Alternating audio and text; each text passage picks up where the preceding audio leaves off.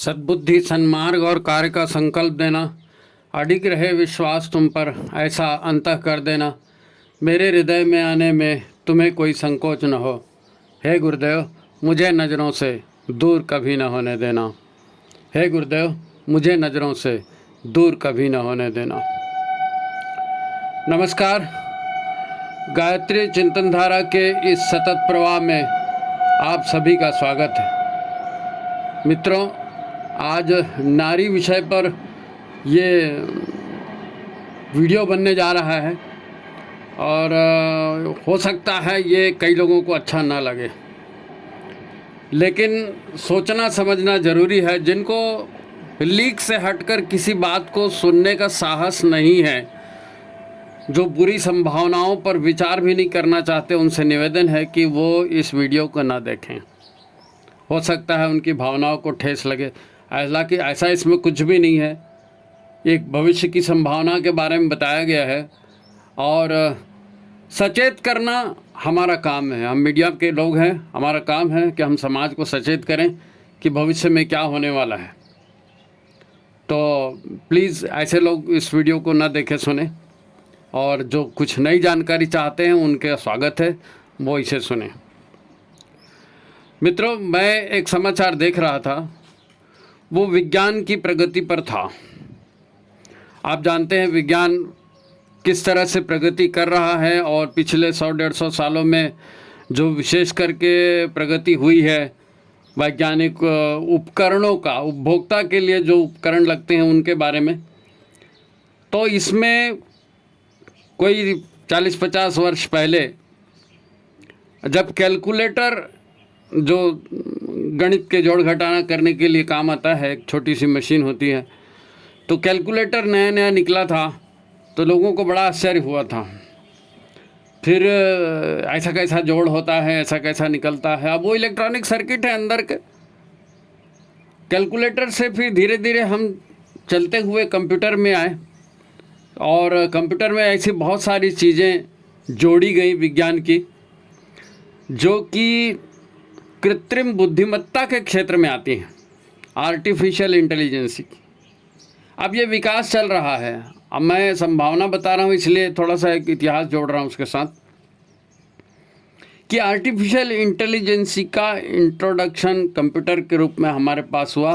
फिर कंप्यूटर बड़ी साइज़ से छोटी साइज़ में आए और लैपटॉप आए, और ये आप सब जानते हैं। इधर चर्चा नहीं करनी है, चर्चा ये करनी है कि जो विज्ञान आर्टिफिशियल इंटेलिजेंसी के रूप में आज आया है और भविष्य में इसका बहुत भारी पैमाने पर समाज में उपयोग होने वाला है, ये दिख रहा है।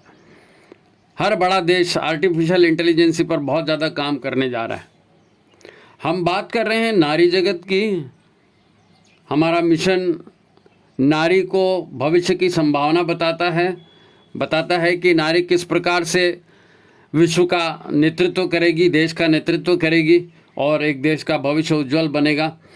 तो उन संभावनाओं का कैसे क्या होने वाला है, उसके विरोध में और क्या कुछ चल रहा है, किन बातों से आपको संघर्ष भविष्य में करना पड़ सकता है, आज वर्तमान की क्या स्थिति है, इसके लिए इस आर्टिफिशियल इंटेलिजेंसी पर मैं आ रहा हूँ।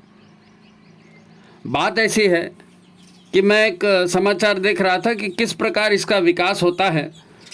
तो आर्टिफिशियल इंटेलिजेंसी पर काम करते हुए लोगों ने कुछ ऐसी मशीनें बनाई जो इंसान के इशारों पर काम करती थी। ऐसे हाथ पैर बनाए उसके, ऐसा चक्के लगाए उसमें कि वो चल फिर करके और इंसान की ज़रूरत की काम कर सकती। तो लोगों को दिमाग में आया कि भाई होटल के बैरे के रूप में इनका उपयोग हो सकता है। तो उस ढंग के डिज़ाइन किया जाए इस मशीन को कि होटल के बैरे के रूप में वो काम करे, कस्टमर का ऑर्डर लेकर के जाए, कस्टमर को माल सप्लाई करे। फिर ऐसा आया कि नहीं, ये होटल में कितने लोग करेंगे, तो घर के डोमेस्टिक यूज़ के लिए बनाया जाए। तो घर में झाड़ू वगैरह लगा दे, घर की साफ़ सफाई कर दे, घर में बताए हुए काम, भाई दूध वाला आया दरवाज़ा खोल दे, दूध लेके आ जा, फलाने ठिकाना, ये जो छोटे मोटे काम इसको कर दे। ये करने के लिए बनाया। फिर उसको लगा कि भाई कुछ बच्चों के लिए खिलौने बनाए जाएं, तो बच्चों के लिए खिलौने बनाए गए। बंदर भालू ये वो। तो अब उसमें था कि बच्चों का इंटरेस्ट बढ़ाने के लिए उसमें आवाज़ें डाली गई, बंदर की आवाज़, बिल्ली की आवाज़, कुत्ते की आवाज़, ये सारी आवाज़ें डाली गई। इसके बाद विकास की प्रक्रिया कहाँ जा रही है हमारी? पैसे की तरफ। मार्केट में क्या चीज़ चलेगी, किसकी डिमांड बनेगी, लोग क्या पसंद करेंगे, क्योंकि बिक्री होगी तो पैसा आएगा। तो विज्ञान की शोधों का उपयोग जितना व्यापार के लिए हुआ है उसको हम देख रहे हैं, और ये आगे आगे बढ़ते जा रहे हैं। तो जब घर के नौकरों के रूप में रोबोट्स ऐसे बनाए जाने लगे तो काफ़ी विवाद भी इस पर हुआ। बाद में हम देखते हैं कि समाज कहाँ जा रहा है, समाज की ज़रूरत क्या है। तो जिस प्रकार से पश्चिमी देशों में फ्री सेक्स की बात चलती है, डाइवोर्स की बात चलती है, वो धीरे धीरे हमारे यहाँ भी आ गई। तो पश्चिमी देशों में सेक्स टॉयज़ है ना, सेक्स टॉय, सेक्स के खिलौने, पुरुषों के लिए अलग, महिलाओं के लिए अलग, ऐसे बनने लगे।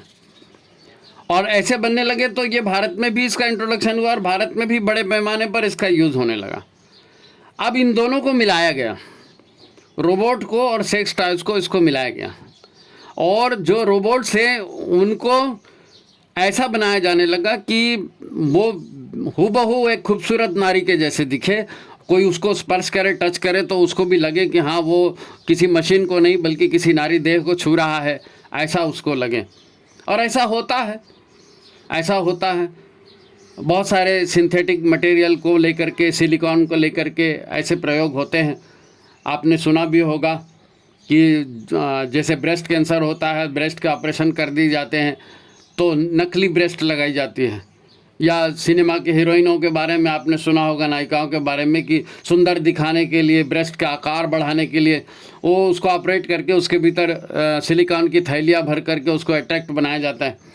तो ये जो सारा चल रहा था, इस सारी तकनीक को मिला करके उन्होंने अब ऐसी नारी बनाई है जो सुंदरतम, जो आज का पैमाना है, जो एक फिगर नारी का बताया जाता है कि भाई ऐसी कमर होगी, ऐसा वक्ष होगा, ऐसे कूल्हे होंगे, ऐसा शरीर होगा, ऐसे बाल होंगे, ऐसे मुस्कुराएगी, ऐसा देखेगी, ये सारी चीज़ें उसमें डाली गई रोबोट में।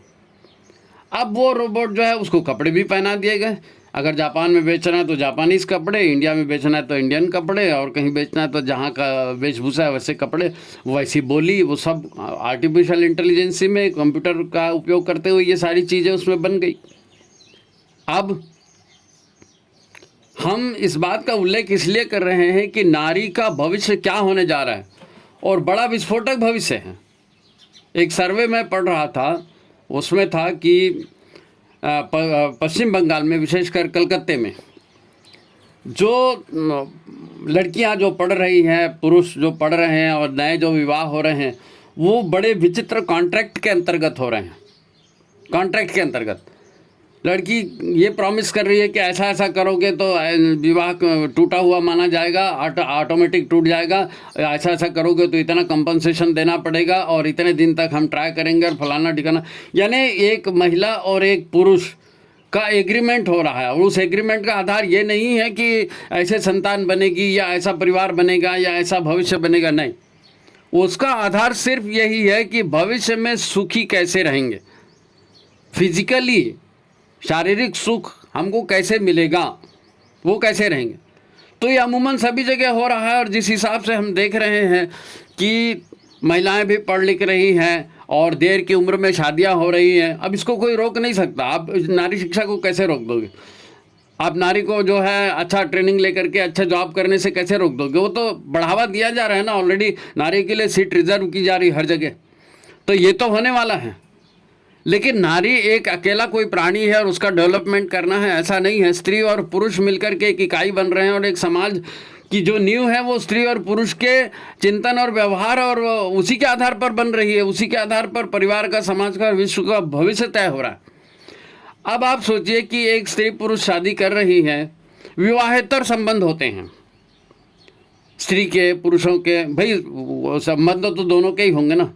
पुरुष अगर विवाहेतर संबंध बना रहा है तो किसी महिला से ही बना रहा है, या महिला विवाहेतर संबंध बना रही है तो किसी पुरुष से ही बना रहे हैं। तो वो एक चाहे चरित्र का, कैरेक्टर का बोलिए, कुछ भी बोलिए, उस व्यू से कि शादी होने के बाद में महिला का आकार खराब हो जाता है, एक आध संतान हो जाती है, एक दो बच्चे हो जाते हैं, तो उसका डील डॉल बिगड़ मतलब वैसा नहीं रहता जैसे विवाह के पहले। तो ये साफ साफ बात है, और पुरुष इधर उधर देखते हैं, और ये कोई कहने की बात नहीं है, सबको मालूम है क्या होता है। तो जब ऐसी स्थिति आ रही है, और ये स्थिति आ रही है कि कोई भरोसा नहीं है, पढ़े लिखे लोग हैं, पता नहीं शादी कितने दिन चलेगी। कारण इसके बहुत से हैं, लेकिन ये समाज में स्थिति आ रही है। विवाह के बाद संबंध टिक नहीं रहे हैं, परिवार के रूप में उनकी वैसी जो आदर्श कल्पना हम करते हैं वैसा नहीं हो रहा है, और आप इसको रोक नहीं सकते। ये स्थिति ऐसी है कि आप इसको रोक नहीं सकते। आप हजार नैतिकता के भाषण दे दीजिए, उससे इसका कोई पड़ने वाला नहीं है फर्क। अब ये तो होगा, अब ये होगा तो क्या होगा, ये होगा तो क्या होगा। आज एक नारी, उसको जनरल साइकोलॉजी लीजिए आप, छोटी से बच्ची, मैंने देखा कि 5 साल के 7 साल की बच्ची है, उसकी मम्मी मेकअप कर रही है, वो भी जाके वहाँ मेकअप कर रही है। मम्मी ने लिपस्टिक लगाया तो वो बच्ची भी लिपस्टिक लगा रही है, और वैसे ही बाल करने के लिए बात है, वो भी पार्लर में जाने की बात कर रही है, और माँ भी शौक से बच्चे को वैसे ही कपड़े पहना रही है। अब बीच में वो कट चला ब्लाउज़ को कंधे पे काट देने का। अब वो महिलाएं, बड़ी महिलाएं ब्लाउज़ को कंधे पे काट के पहन रही है, वो 4 साल की 5 साल की बच्ची है, उसका जो फ्रॉक है उसको भी कंधे पर काट के पहनाया जा रहा है। तो टेंडेंसी, एक प्रवृत्ति एक नारी की कहाँ जा रही है। अब विवाद इस पर बहुत होता है कि भाई आप नारी देह को देखते क्यों हो, आपकी नज़र खराब है, फलाना ठिकाना। वो विवाद अपनी जगह है, समाज में चल क्या रहा है, उसका परिणाम क्या होने वाला है, इस चीज़ को देखना है, इस चीज़ को देखना। अब वो प्रदर्शन क्या होता है, मान लीजिए शैम्पू का प्रदर्शन है, या साबुन का विज्ञापन है ना, या और किसी कपड़े का, किसी भी चीज़ का विज्ञापन है, तो उसमें नारी देह को ही दिखाया जाता है, नारी देह को ही दिखाया जाता है कि आप ऐसे सुंदर दिखोगे तो लोग आपके प्रति आकर्षित होंगे, ऐसे करोगे तो आप। अब सारा दारोमदार इसी बात पर है कि हम आकर्षक कैसे दिखेंगे और किसी पुरुष को कैसे फांसेंगे। और ये हो रहा है, मैं प्रत्यक्ष उदाहरण देखता हूँ। अभी 10 साल भी नहीं, 5-7 साल के अंदर क्रिकेट के जितने खिलाड़ी हुए हैं, यंग खिलाड़ी, इन खिलाड़ियों ने लड़कियों से शादियाँ की हैं। अब वो चहल है, वो हार्दिक पांड्या है, और शमी है, और ये बहुत सारे जितने खिलाड़ी हैं, ये सबकी उम्र 30 के नीचे है। इन लोगों ने जिन लड़कियों से शादियाँ की हैं, क्या सोच के शादी की, क्या सोच के शादी की। जाहिर है जो समाज में चलन है, वो समाज में उन्होंने देखा, लड़की का फिगर देखा, कैसे दिखती है, क्या करती है, वो मेरे पे मरती है। तो एक स्वप्न लोक होता है युवावस्था का, उस स्वप्न लोक में उन्होंने शादियाँ की। अब जितनी शादियाँ हुई हैं, ये करोड़ों का विज्ञापन। अभी चहल की पत्नी का बात आई कि 60 करोड़ उसने लिए हैं तलाक के। कितने दिन शादी टिकी, साल भर। 1 साल शादी टिक रही है, 60 करोड़ रुपए आप उसको दे रहे हो। और हार्दिक पांड्या का, उसने तो ठीक है अपनी प्रॉपर्टी अपनी माँ के नाम कर दी थी, नहीं तो उसकी प्रॉपर्टी में उसकी पत्नी को हिस्सा मिलता, और करोड़ों रुपए वो भी लेके चली जाती। तो नारी खुद कहाँ जा रही है, अपने देह का प्रदर्शन कर रही है, स्वेच्छा से कर रही है, और पढ़ लिख कर के बाद में वो चाहती है कि मेरा हक बढ़े, लोग मेरी बात माने, मेरे को फॉलो करें। वैसे तो उसका स्वभाव होता है, कोई भी नारी होती है, गृह लक्ष्मी हम उसको कहते हैं, तो परिवार तो नारी के हिसाब से चलता है। तो पहले भी चल रहा था, और कोई भी लड़की किसी के भी शादी होती है तो घर तो नारी के हिसाब से चलता है, उसका राज्य ही रहता है। लेकिन अब ये कहाँ जा रहा है, किस दिशा की ओर जा रहे हैं। हम बात कर रहे थे कि जो कृत्रिम नारी बनाई जा रही है, जिसमें कृत्रिम बुद्धिमत्ता डाली जा रही है, जिसका फिगर चेंज होने वाला नहीं है। एक नारी, आपने मान लीजिए ऐसा कोई रोबोट है, और उस रोबोट की कीमत 10 करोड़ रुपए रखी, क्योंकि करोड़ों में जाएंगे। अब वो रोबोट नारी ऐसी होगी जो आपसे गद्दारी नहीं करेगी, आपके प्रति वफादार रहेगी, उसका फिगर कभी चेंज नहीं होगा, और उसकी सुंदरता वैसे ही कायम रखेगी, और वो आपको फुल कोऑपरेट करेगी हर चीज़। तो एक महिला जो वास्तव में नारी है, वो आपके साथ कैसा व्यवहार कर रही है, और एक जो रोबोट बनाया गया है आर्टिफिशियल इंटेलिजेंसी का, वो आपके साथ कैसा व्यवहार कर रहा है, तो जाहिर है कि लोग उसको प्रिफर करेंगे, उस नारी को प्रिफर करेंगे, क्योंकि समाज जा ही वहाँ रहा है ना। अमेरिका में जिस तरह के कानून बनाए गए हैं कि हर बच्चे को ये हक है कि वो तय करे कि वो लड़का है कि लड़की है, ये जो डीप स्टेट की बात हो रही, इल्यूमिनाती के जो लोग आते हैं, जो सारी दुनिया को अपने इशारों पर पिछले 200-300 सालों से चला रहे हैं, वो कहते हैं कि हर बच्चे को यह अधिकार है कि वो स्त्री बने या पुरुष बने, उसकी मर्जी से बने। तो ये जिस ढंग से ये समाज जा रहा है, अब वो बच्चे को सिखा रहे हैं, तो स्त्री और पुरुष का भेद वहीं पर आप खत्म कर रहे हो। अब ऐसी नकली स्त्रियां भी आ रही हैं रोबोट वाली। परिवार का क्या होगा? और वो नारियां जो अपने फिगर को, अपने शरीर को, अपने सौंदर्य को आधार बना करके और भविष्य उज्जवल बनाना चाहती हैं, उनका क्या होगा? भाई मनुष्य के बनाया हुआ रोबोट है, उसका तो फिगर खराब होने का नहीं है, उसकी वाणी खराब होने की नहीं है, वो तो हमेशा प्यार की वाणी बने, क्योंकि उसके भीतर वही फीड किया गया है। लेकिन घर की जो महिला होगी वो तो नाराज भी होगी, वो तो लड़ाई झगड़ा भी करेगी, उसका शरीर भी खराब होगा, वो बीमार भी होगी, उसका तो आप दोनों में से किसको कंपेयर करोगे? समाज ऐसे जगह में जा रहा है कि उसको विवाह की जरूरत नहीं है। पश्चिमी देशों में जो जितने भी देश हैं, जापान है, यूरोप के देश हैं, अमेरिका के देश हैं, वो क्या कर रहे हैं? परिवार तो बन नहीं रहा है, टिक नहीं रहा है, लोग नशे की तरफ जा रहे हैं। ऐसी संतानें पैदा हो रही जिनके अंदर दिमाग नहीं है, दिमाग से कमज़ोर हैं। इसीलिए तो एशियाई देशों के बच्चे जा करके वहाँ नौकरियाँ करते हैं और बड़े बड़े पदों में पहुँचते हैं। समाज व्यवस्था वहाँ टूट गई, स्त्री पुरुष के संबंध की नैसर्गिकता वहाँ भंग हो चुकी है। अब वो तो ये कह रहे हैं कि तुम्हारी मर्जी है, लड़का बन जाओ या लड़की बन जाओ। तो ये जा कहाँ रहा है? और हमारी लड़कियाँ, हमारी महिलाएं, कम से कम भारत देश की मैं कहता हूँ, अगर वो भी इसी पर जा रही हैं कि सौंदर्य से हम कुछ पा जाएंगे, अच्छे दिखने से, तो ये अच्छा कितने दिन हुए? इतने गाने बनते हैं, 4 दिन की जवानी फलाना ठिकाना, तो ये तो सच्ची बात है ना। 10 साल के भीतर, 15 साल के भीतर, जैसा भी है, 5 साल के, शादी के बाद तो साल 2 साल में फिगर चेंज हो जाता है, सुंदरता कहाँ से कहाँ चली जाती है। भविष्य का क्या होगा? परिवार का क्या होगा? समाज का क्या होगा? भाई नारी जिस रूप में अपने आप को पेश करे, उस रूप में जो खिलौना आ रहा है, जो रोबोट आ रहा है, वो तो पुरुष को उससे ज़्यादा आनंद दे रहा है। तो किसको पुरुष किसको फेवर करेगा? उसी नारी को फेवर करेगा। तो क्या होगा? संतान विहीन पश्चिमी देश जहां जनसंख्या कम होती जा रही है, यूरोप में तो आप देख रहे हो किस प्रकार से मिस्र के और अरब के और मुस्लिम वहां पर ला के बसाए गए, और अब वहां क्या कांड कर रहे हैं। या अमेरिका में जो हो रहा है वहाँ क्या कांड कर रहे हैं, कनाडा में क्या कांड कर रहे हैं। जो लोग ज़्यादा बच्चे पैदा कर रहे हैं, जिनकी महिलाओं को शिक्षा नहीं दी जाती, बुर्कों में रखा जाता है, तो जाहिल टाइप के लोग रहते हैं, वहाँ उनकी जनसंख्या बढ़ रही है। जो विद्वान हैं वो लोग इस तरह की बात करेंगे, तो समाज में भविष्य में जो संतति पैदा होने जा रही है, उस संतति में विद्या, ज्ञान, गुण कैसे आएंगे? और नहीं आएंगे तो इस समाज का क्या होगा? भारत विश्वगुरु बनेगा क्या? ऐसे ही महिलाओं से विश्वगुरु बनेगा जो अपने शरीर का प्रदर्शन करके अपनी कीमत वसूल करना चाहती हैं? तो उसके अच्छे तो रोबोट आ रहे हैं, तो उस महिला का क्या होगा? इसी विषय पर चर्चा करने के लिए मैंने ये वीडियो बनाने का तय किया है और कहा कि विवादास्पद, अब विवादास्पद मुद्दा मैं और बता रहा हूँ आपको, और बता रहा हूँ, क्योंकि ये जिसको डीप स्टेट के लोग कहा जाता है, जो चाहते हैं कि विश्व में ये व्यवस्था सारी खत्म हो जाए ताकि उनका व्यापार चले। चाय के लिए, नाश्ते के लिए, कपड़े के लिए, खाने के लिए, नहाने के लिए, धोने के लिए, हर चीज़ के लिए आदमी पैसा दे तो और उनका बिजनेस चले। तो ऐसे लोग पहले समाज को तोड़ रहे हैं ना, सारी दुनिया का तो तोड़ डाला। अफ्रीका के कुछ देशों में बची है परिवार परंपरा, कुछ हमारे यहाँ बची है।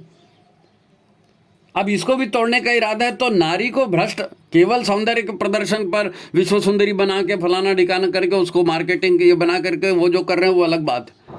अब जो हो रहा है वो उससे ज़्यादा खतरनाक है।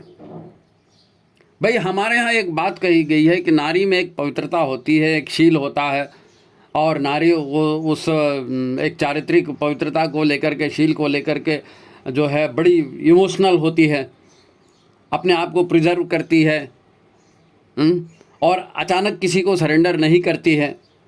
तो ये जो बातें कही जा रही हैं, अब इस परंपरा को तोड़ने के लिए क्या कहा जा रहा है और क्या किया जा रहा है।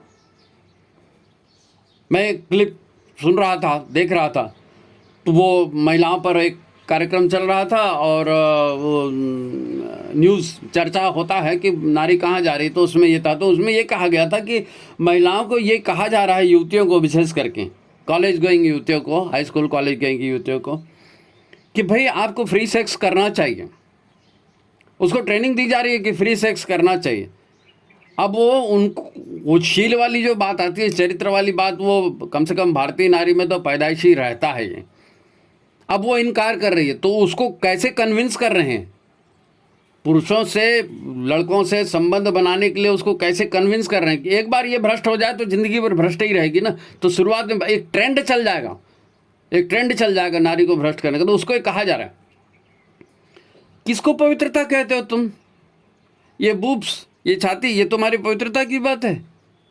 या ये जो टट्टी पेशाब करने की जगह है, ये पवित्रता की बात है?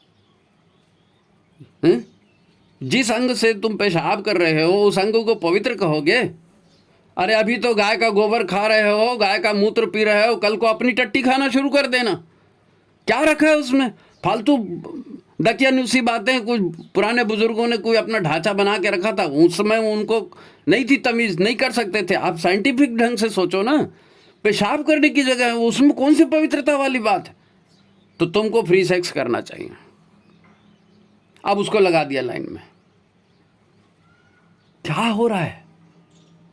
क्या हो रहा है?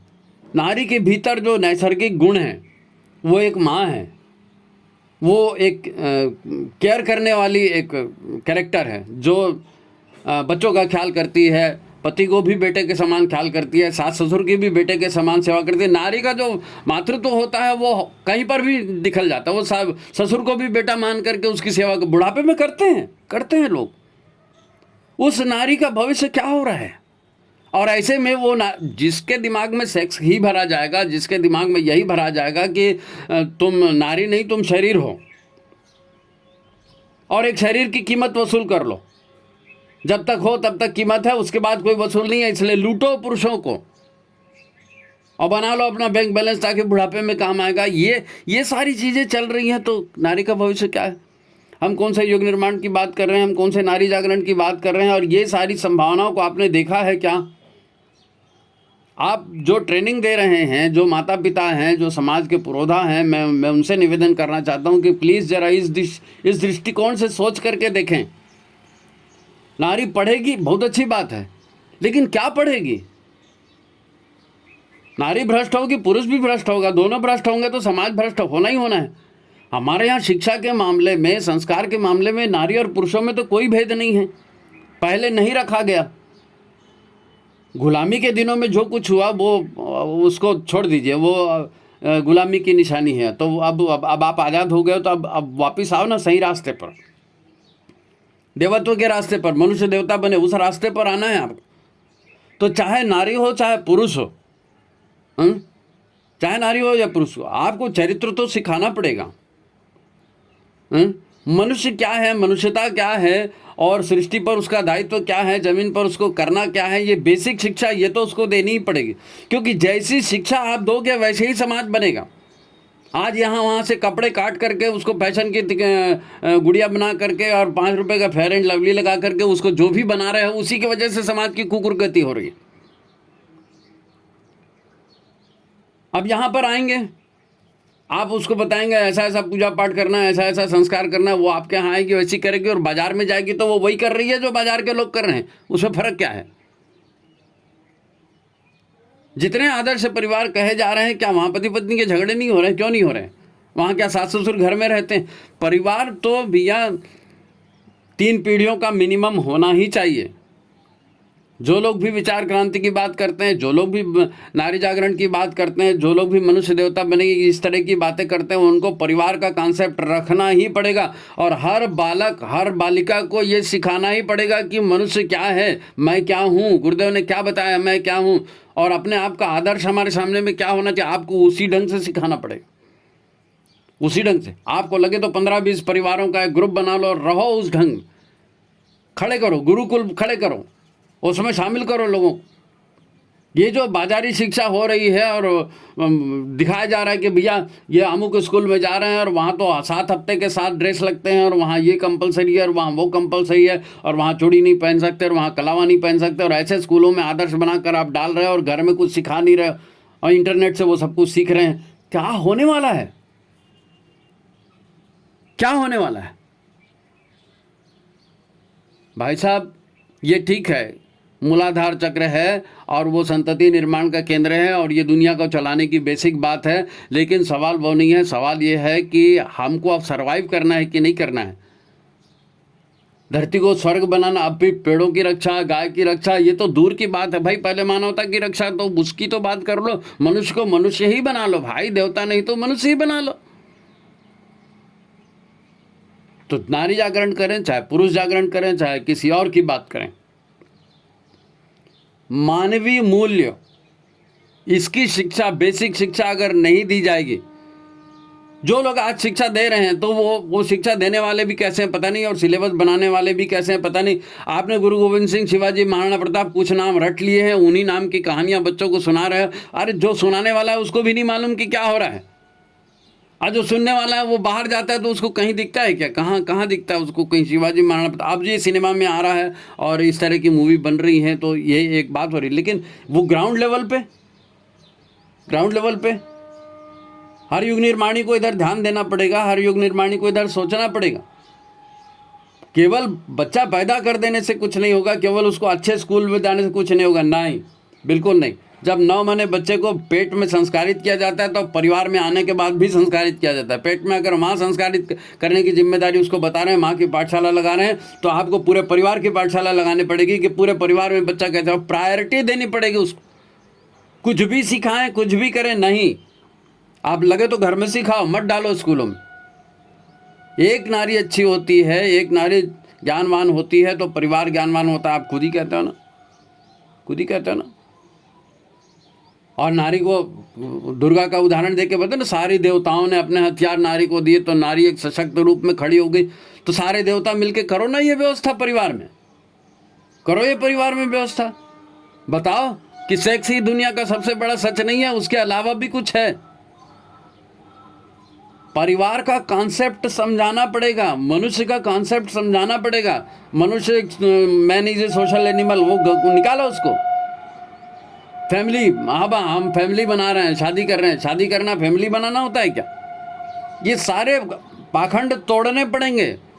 मैं कहता हूँ आप एक साथ बैठिए, जरा देखिए विज्ञान कहाँ जा रहा है, बाजार कहाँ जा रहा है, और वो बाजार का, विज्ञान का हमारे व्यक्तित्व पर, हमारे परिवार पर क्या प्रभाव पड़ रहा है, और उसके आधार पर योजना बनाइए, नहीं तो बड़े बुरे दिन आने वाला। और नारी खास करके, तुम खुद सोच के देखो कि तुम्हारे बगल में एक मशीनी नारी खड़ी है और एक तुम खड़े हो, तुम कितने दिन अपना फिगर मेंटेन करोगे और क्या करोगे? पुरुष को तो 80 साल का भी होगा तो उसकी कामुकता खत्म नहीं होती, क्या करोगे तुम? तो तुम अपने आप को देह बनाकर प्रदर्शित मत करो भाई, अपने कैरेक्टर बनाओ। वो कैरेक्टर कहीं नहीं मिलेंगे। एक ममतामयी माँ कहीं नहीं मिलने वाली है, एक ममतामयी बहन कहीं नहीं मिलने वाली है, एक तो ममतामयी पत्नी कहीं नहीं मिलने वाली है। और उसका जो आनंद से देख लेगा ना, उसको सेक्स वो भूल जाएगा। उसमें सौंदर्य है, प्रेम की वास्तविक अनुभूति है। वो तो सेक्स में प्रेम की अनुभूति थोड़ी है, वो तो एक मशीनी काम है। अपने आप को इस नीचे के स्तर पर मत गिराओ भाई। इस तरह के कपड़े, इस तरह की फैशन, इस तरह का, बोले तुम्हारे दिमाग में कचरा, तुम्हारे दिमाग में नहीं, सभी के दिमाग में कचरा है, निकालो उसको। युग निर्माणियों, सबके दिमाग का कचरा निकालो, और सबसे पहले खुद का निकालो। तो बहुत सारी बातें हैं, विवादास्पद ये बन गया है, बना रहा हूँ, लेकिन ये कहना जरूरी था। तो आप इस विषय पर, जो भी महिला नेतृत्व है, जो भी पुरुष नेतृत्व है, जो लोग भी ऐसे केंद्र चला रहे हैं जहाँ मनुष्य के जागरण का काम होता है, वहाँ बैठें और देखें, और कुछ साइंस के स्पेशलिस्ट लोगों को बुलाएं, समाज आज के पढ़े लिखे को बुलाओ, क्योंकि यहाँ तो हर साल, हर 6 महीने में विज्ञान कहाँ से कहाँ पहुँच रहा है नहीं? और हम लोग तो खाली नकल करते हैं। तो ये नकल की प्रवृत्ति भी बंद करनी पड़ेगी। अपने आप को जानना, अध्यात्म विज्ञान का प्रचार इसके बिना नहीं होगा। उम्मीद है आप समझे होंगे, क्योंकि मैंने बड़े आवेग के साथ इसको कहा है।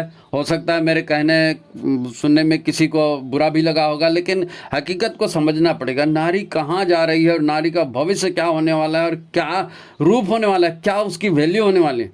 एक अनमोल चीज़ को आप खिलौना मत बनाओ भाई, एक अनमोल चीज़ को खिलौना मत बनाओ। माता जी की जन्म शताब्दी है, नारी का गौरव कैसे बढ़ेगा इस पर तो गहन चिंतन होना ही चाहिए। उम्मीद है आपको ये वीडियो अच्छा लगा होगा। अगर अच्छा लगा है तो 4 लोगों को और भेजिए और चिंतन करिए और सुधार की कोशिश कीजिए। यही सच्ची श्रद्धांजलि होगी वंदनी माता जी को। तो आज की बात यहीं समाप्त करते हैं। नमस्कार।